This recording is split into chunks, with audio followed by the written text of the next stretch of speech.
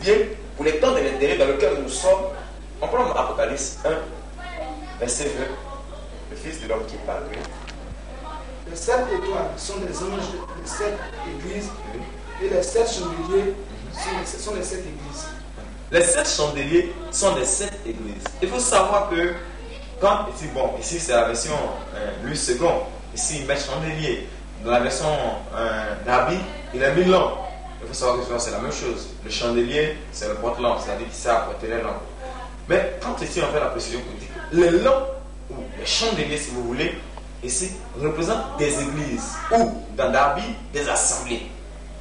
Vous comprenez? Dans Darby, des assemblées. Alors, immédiatement nous savions que selon les symbolismes bibliques, une lampe, c'est simplement une assemblée. Ou si vous voulez de l'autre côté, un chandelier, c'est une assemblée. Ça représente une assemblée. Vous comprenez?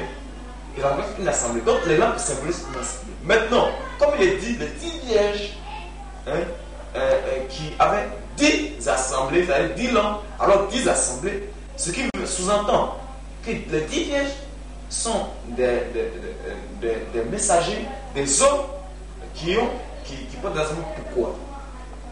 Parce qu'aucune femme n'a le droit ou la capacité de diriger une assemblée qui est de Dieu.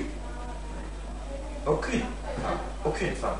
C'est pourquoi les 10 vierges, 1, ne peut pas représenter l'Église, de 2, ça ne peut pas représenter des femmes, mais plus des hommes. Voilà ce que je peux dire concernant les lampes et les 10 messagers des prophètes révélateurs de la parole et de la pensée de Dieu. Et ils viendront dans un temps bien déterminé. On a dit bien 10 vierges. Alors c'est certainement 10 vierges. Pas plus, pas moins. Et ces messagers-là qui viendront d'un temps ordonné, d'un temps ordonné de la part de Dieu, viendront successivement. C'est pas parce qu'ils viendront tous ensemble comme ça, non, mais ils viendront successivement pour accomplir l'œuvre de Dieu. Maintenant, ils viennent à quel point?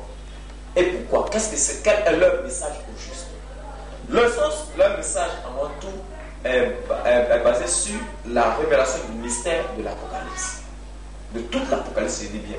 La révélation du mystère de l'Apocalypse. Mais pour préparer les croyants de Dieu en ce temps-là à comprendre ou à avoir la nette compréhension, la révélation du symbolisme du chiffre 666, qui est le chiffre de la bête. Car il est dit à celui qui est intelligent connaîtra le chiffre, le nom de ce chiffre-là, qui porte ce chiffre, qui est le chiffre 666. Alors leur rôle à eux, c'est d'ouvrir cette portion du mystère qu'ils ouvriront successivement jusqu'à ce que toute la pleine révélation de ce mystère-là puisse être donnée.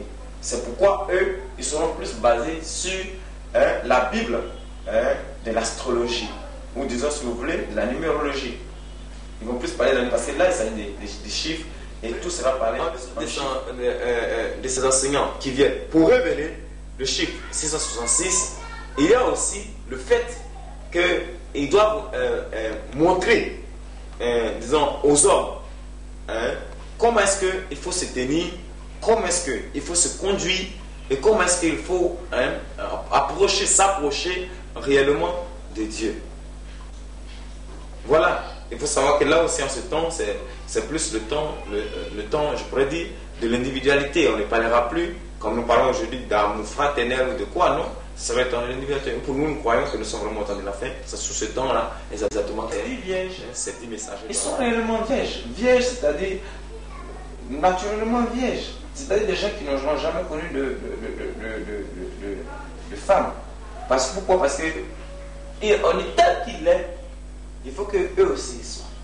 Or, qui il est, c'est le Christ. Or, le Christ, la première fois qu'il s'est manifesté dans une chair humaine, pas pour la première fois, mais pour la foi importante pour le salut de l'humanité, où il s'est manifesté dans la chair humaine, il était totalement vierge. Il a rencontré le nom de Jésus, il n'a jamais connu de femme. Alors, ce serait naturellement des vierges, c'est-à-dire des gens qui n'auront jamais connu de femmes. Et c'est pourquoi souvent quand les gens se posent la question de savoir, mais quand on parle toujours des vierges ou des virginités, cela concerne que les femmes, nos jeunes filles de de 17, 18, 19 à 21 ans, et non d'autres les garçons, comme à la radio on le demandait.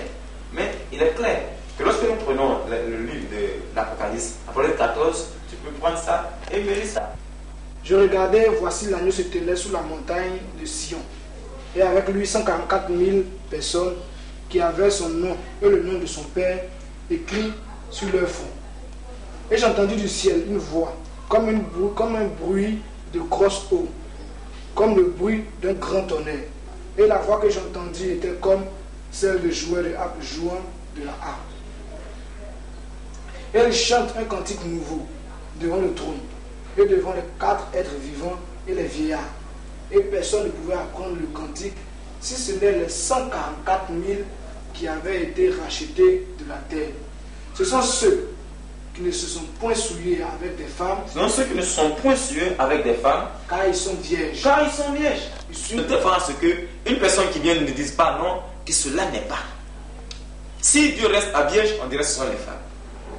Mais quand il dit qu'un homme n'a jamais connu de femme, alors on dira non, au fait quand il dit non, il n'a jamais connu de femme, ça veut dire que dans sa pensée, il n'a jamais pensé à une femme. C'est pourquoi il précise qu'ils sont vierges.